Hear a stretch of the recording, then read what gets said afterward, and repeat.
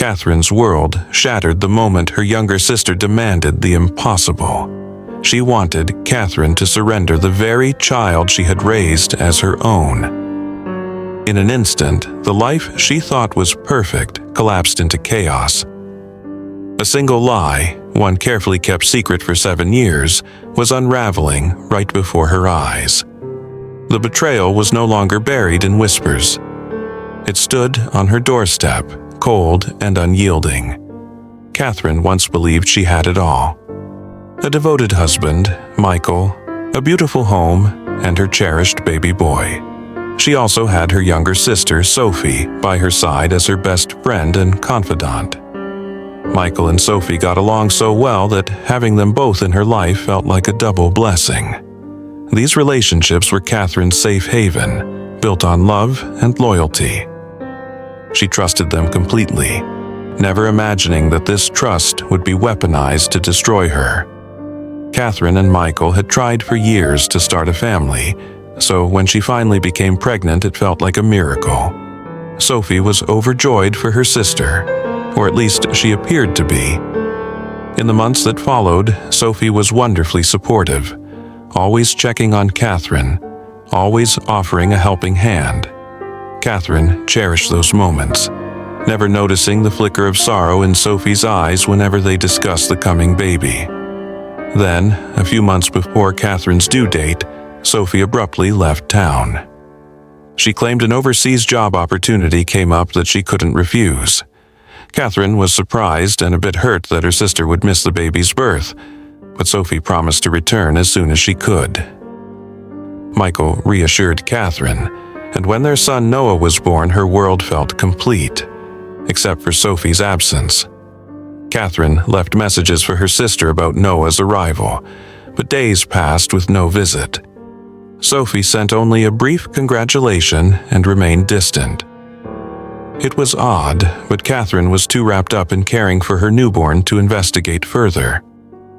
She never suspected the deception lurking beneath her joy. Years later, on Noah's 7th birthday, the past finally came knocking. Sophie showed up at Catherine's door unannounced, her face drawn and determined. Before Catherine could even smile, Sophie uttered the words that shattered her world. She was here to take back her son. Catherine's heart nearly stopped. At first, she refused to believe it, insisting it was impossible. Noah was her child. But Sophie steadied herself and repeated the awful truth. Noah was the child she had given birth to, and Michael was his father. Catherine's mind reeled as the betrayal flooded in. In a sickening rush, she realized the signs had been there all along. Michael's furtive late nights, Sophie's mysterious disappearance at the end of her pregnancy. It all made terrible sense now. Catherine demanded the whole truth, her voice cracking with rage and heartbreak.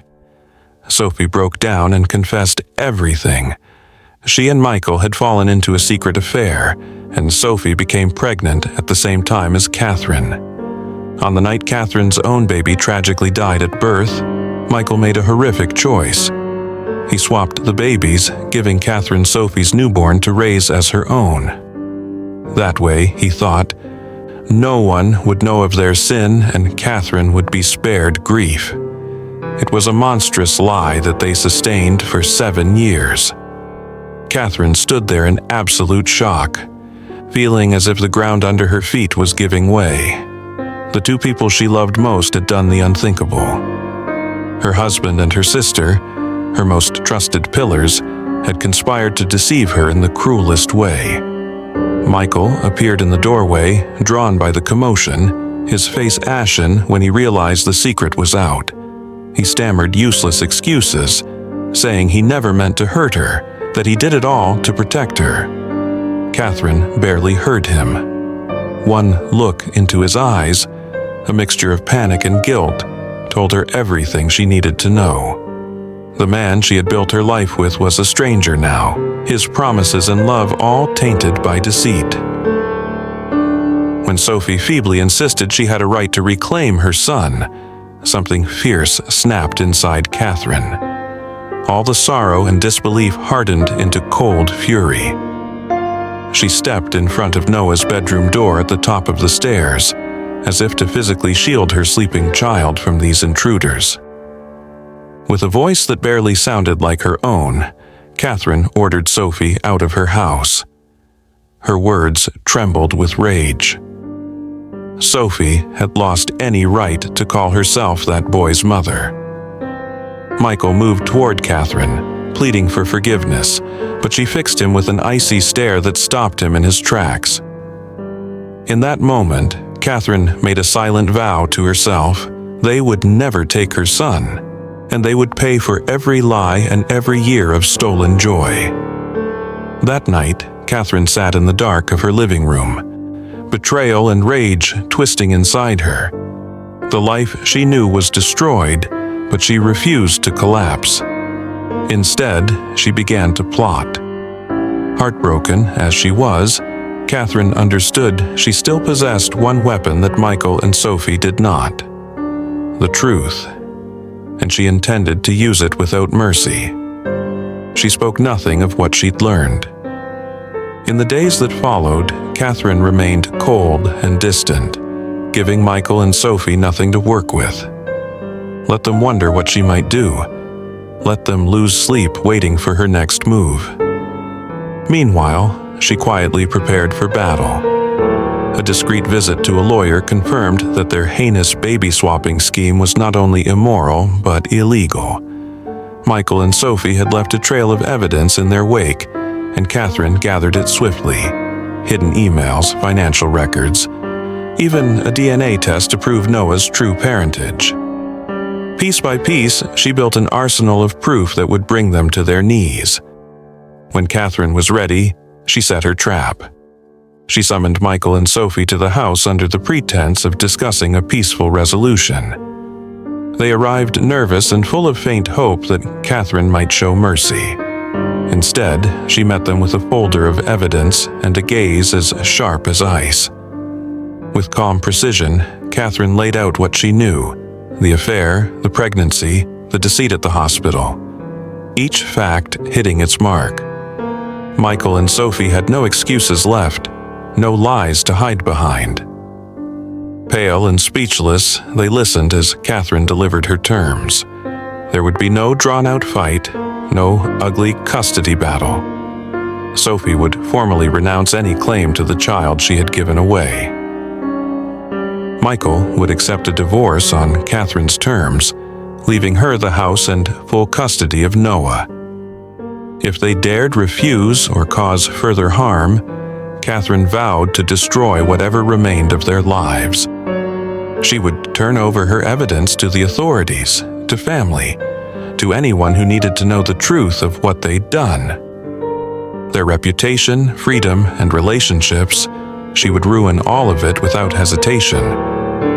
Her voice never cracked as she gave this ultimatum. Faced with undeniable proof and Catherine's resolve, Michael and Sophie surrendered. With trembling hands and tears of humiliation, Sophie signed the papers relinquishing her motherhood, and Michael agreed to every divorce demand through choked sobs. Catherine watched them sign, her heart like stone. These were the consequences of their betrayal, and she wanted them to feel every bit of it. Before letting them go, she made one final move to seal their disgrace. She ensured that their families learned of their treachery, stripping Michael and Sophie of any sympathy or support. There was no hole left for them to crawl into. Only then did Catherine allow them to leave her presence. Michael shuffled out in a daze, unable to even meet her eyes.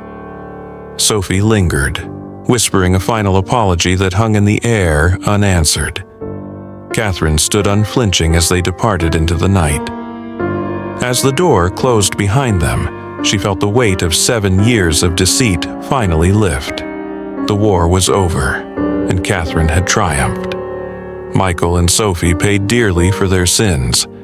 After they left Catherine, they fled together in a haze of panic and disgrace, speeding away in Michael's car as if distance could erase the damage they had done. their minds clouded with shame, accusations, and the crushing weight of betrayal.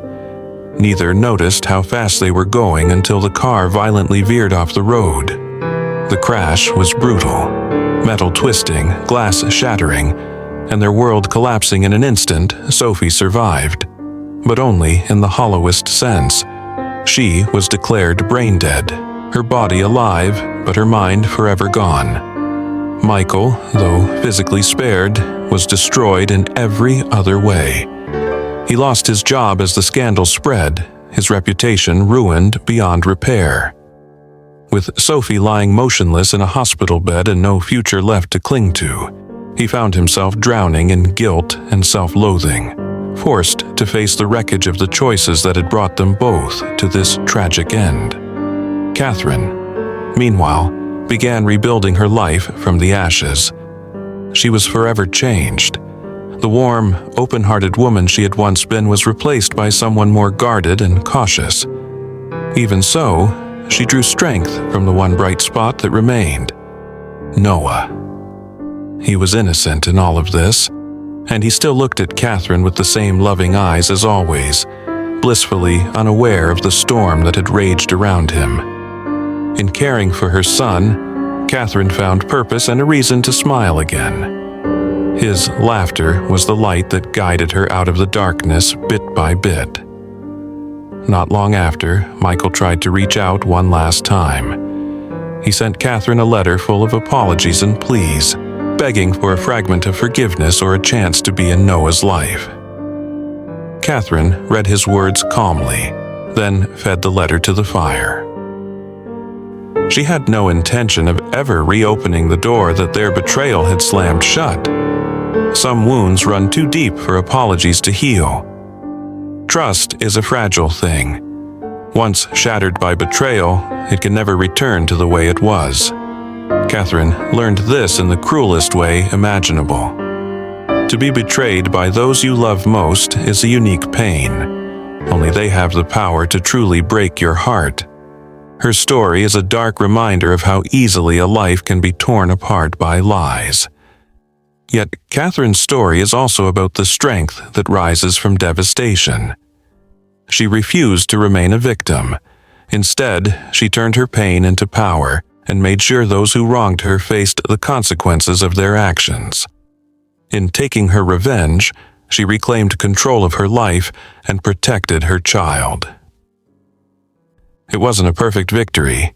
No act of revenge can fully heal the wounds of such betrayal, but it was the justice she needed to move forward.